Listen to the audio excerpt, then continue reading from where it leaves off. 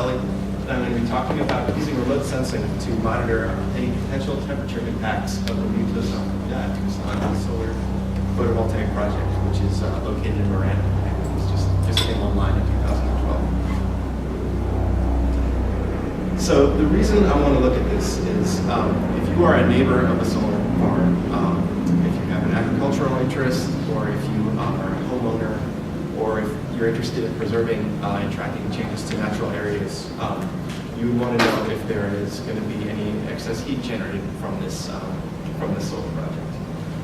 And in addition, this can inform sort of mitigation strategies going forwards, as far as maybe doing some plantings in and around a solar site that would help to mitigate the temperature increases there, and inform best practices as more of these sites come online in the future. And sort of a parallel part of this project was to look at the viability of using Landsat 7 data to track sort of very fine-grained temperature trends. So that's one of the other questions that we'll examine at the end of this. It's sort of the opposite of some of the other projects you see tonight. We're looking at a very small area instead of sort of broad landscape-wide trends that we looked at earlier. So we're going to talk about choosing a sensor when you're looking at temperature. We're going to look at our study area a little bit, and then we'll talk, there'll be a little bit of math, so here we go. It's going to be hard. Deriving what's called top of atmosphere temperature, which was the temperature variable that's used for this analysis. And then we'll look at the analysis methodology that I used and go over results and future research ideas.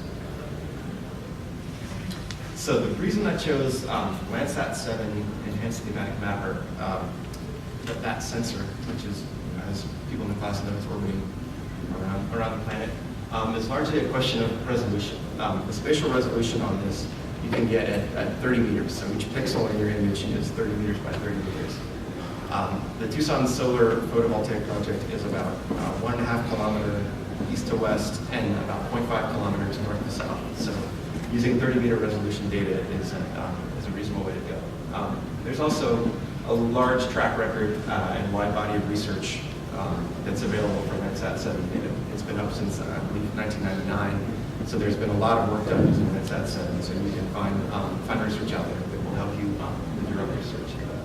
I looked at MODIS data, which is often used with sort of climate and atmospheric assessment, but the thermal imagery is only available at 1 kilometer resolution. So going back to the size of our site, that wouldn't work.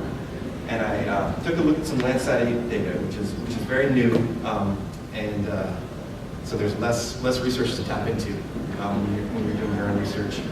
And I actually was looking at the digital numbers for the thermal bands, and they were not what I expected them to be. So that was eliminated there. So just a few things about collecting Landsat 7 data. You can get it through the USGS, through the Earth Explorer portal. And you select an area, you select a time that you want to look at, and you select the product that you want. So I used the level 1 product, which has all of the spectral bands and a large metadata file.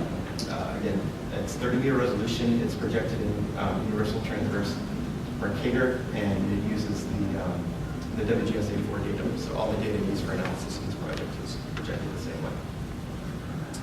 So we should talk a little bit about the metadata. It's really important to review all of the metadata in your level 1 product in the scenes that you download.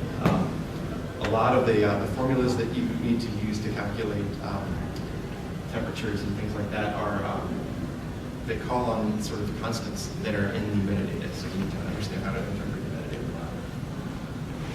So here is an image, a band 6 thermal infrared band image from Landsat 7 of the area that I was interested in. There's a bit of an issue with it. There's a little bit of striping all over the image, which has happened. Landsat 7 is getting old and is already been supplanted by Landsat 8. Got lucky in that our site is in the north central part of this scene, and it actually didn't have striping in it. You can correct for striping. There's equations you can use to sort of smooth it out, but it's a tough path to go down. But I didn't have to worry about that. So here is northeastern Pima County. This is Tucson, obviously in the southeast, and Marana there in the middle, here where our site is, and then going up towards Picancho and then further up to Phoenix, just to orient ourselves. And this is the Apple Valley area where where the solar project is located. So when you zoom in on it, this is a Landsat 7 true color image from March 15, 2013. You can see that it's largely agricultural. There's some riparian areas as well. There's a little bit of residential off to the west there. And then there's a mine of some sort down in the southeast. And here we are, our 1.5 by 0.5 kilometer study site. So the methodology I used was first you need to calculate the top of atmospheric temperature for all of the scenes that you're looking at. We'll review that a little bit in more detail later. But I essentially chose 4 sites, or 4 scenes or dates after the solar site was constructed. It was built in 2012, so I chose 4 sites between March and June in 2013, which are our sort of post-site construction data. And then 4 scenes in 2010, as closely as possible correspond to those same dates. So that's our sort of pre-site snapshot. You can't always get the exact same day of the year based on cloud cover and weather conditions and things like that. So unfortunately, they didn't line up, but they are in the same seasonal range. So then I chose 4 land cover land use types right around the site within about 500 meters and calculated the mean top of atmosphere temperature for those areas and compared the mean temperature for our solar site, both pre and post site construction. And then I did some buffer zone analysis to look for any heat island effect that may be present after the site was built. So here's the map. These formulas are all available from something called the Landsat 7 Handbook, which is a NASA product that's available online. And they look a bit intimidating, but most of the variables here that you see are available, again, in that metadata file. So the first step is to generate something called at-sensor radians. And it uses constants for each band. So we're working with the band 6 thermal band. So you can essentially plug in those 2 numbers in the second equation under at-sensor radians. And it was more or less the same for every scene I looked at. The equation was the same. We just used the pixel values for your band 6 image. From there, you calculate top of atmospheric temperature, which is uses that at-sensor radians value. Plug that in, and the K2 and K1 are constants that are also, they're atmospheric constants that are available for Landsat 7. And what that gets you is a map that looks like this. It's a, you can see it's zoomed in a bit, so you can see the 30 meter pixels there, and this is actually in degrees Celsius. The initial calculation gives you temperature in Kelvin, but you just subtract 273 to get it in Celsius. So there's our study site in blue. And the thing to note here is the broad range of temperatures here. It's just important to keep in the back of your mind that this is top of atmosphere temperature. This is not the same thing as land surface temperature. And we'll go into a discussion about that towards the end. The assumption in this project is that the relationship between temperatures is worth comparing with the understanding that land surface temperature would represent more of what's actually happening on the ground. So here's a look at our land use, land cover sample areas located in 500 meters of the site. The fields around here are mostly cotton. There's a bit of soy, and you see that up to the north of the site. Then desert scrub off to the east, and there's a mesquite bosque up to the northwest, and then some low-density residential down to the south. And here's our buffer zones, 250 meters and 500 meters outside of the site. Those are the areas I used for analysis. So for the results, you'll see here we have each day used per year and then each land cover type and mean temperature for all of those areas. And then we have the solar site as well and the mean temperature of the site for every day. The thing I want to highlight here is that the average difference between the solar site and the sample areas in 2013, you can see some are higher and some are lower. There's not a strong trend there. But if you compare that to 2010, all of those values are, all of the sample areas were much cooler as far as top of atmospheric temperature goes compared to the site. And that's because if you you look at this bottom table, the temperature was on average about 4 degrees Celsius cooler for the solar site in 2013 compared to 2010. So that's about a 10% decrease in temperature over time. So quickly, we'll go through the buffer analysis method. It's the same thing.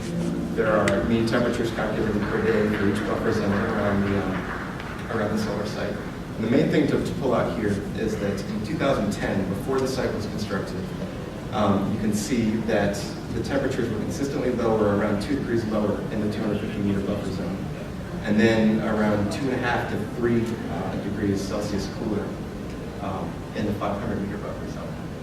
And those are just kind of the percentages there. It's pretty large percentages, and that's pretty much what a heat island would look like. So that's an interesting note. So what we can tell here is that the temperatures. Actually, I forgot one key piece of this method one analysis. Go back quickly. That 10% decrease in temperature of the site is needs to be compared to the percent temperature change for each of the sample areas, which is less than 2% there. So that's a huge difference in the temperature changes over time. So again, you can tell the temperatures for the sample areas were close to each other between 2010 and 2013, within 2%, but the solar site was 10% cooler. The buffer zones didn't show any heat island effects for 2013. They did show that, or suggest that, I should say, for 2013. So the solar farm appears, the area that became the solar farm appears to be much warmer in 2013. So here's where we get to talking about land surface temperature. Land surface temperature was examined in this project, and I actually have some numbers that I ran. I couldn't validate them, so I didn't present them here, but it's a much more complex process. You need to account for on-the-ground surface features and atmospheric conditions. So what I would really like to do for future research is work more in calculating land surface temperature. The issue you have going back in time is that you need ground control points, temperature readings from whatever time you're looking at in the past to compare that to. And I'm hoping that we can piece that together working with Greg Barron-Gafford, who is the brainchild of this project. I'd also like to do a classification for the entire site area, and then you can establish relationships between different types of land cover and their temperatures. And as is the case in a lot of these projects, you just want more observations. You can establish more statistically provable trends, I would say, when you have more observations over time. And there are also some huge sites in Mojave and some coming online in western Arizona that you could look at and start to, because of their size, you can bring in some other sensors possibly. So again, I'd like to thank Dr. Greg Barron-Gafford, who gave me an idea for this project. Dr. William Lewin and Tom Hartfield from the Remote Sensing Center, who fielded a lot of questions from me about this. And Iris and Tom Stevie, who's not here for the Any questions? It'd be interesting to see whether, the direction that the solar panel is pointed, like whether that has any role in the temperature around the solar field. Yeah, these track during the day. So it kind of depends on when the Landsat or whatever sensor you're using, when they catch it. And that data is available in the metadata. You can catch the time and if the power company will give out the angles, you can talk to them about that. The other question is that the emissivity of solar panels is a very tricky thing to calculate because of the materials that make up the panel. Is there any research that suggests that solar panels might heat up the surrounding areas? I'm wondering how you got this idea. So working with Greg over at the Institute of the Environment, he was interested in monitoring temperature changes, positive or negative. He had could make sort of a scientific case for being either warmer or cooler. But he's interested in sort of the effects of grading desert land and whether that raises temperature, and then also what kind of planting could be used for mitigation.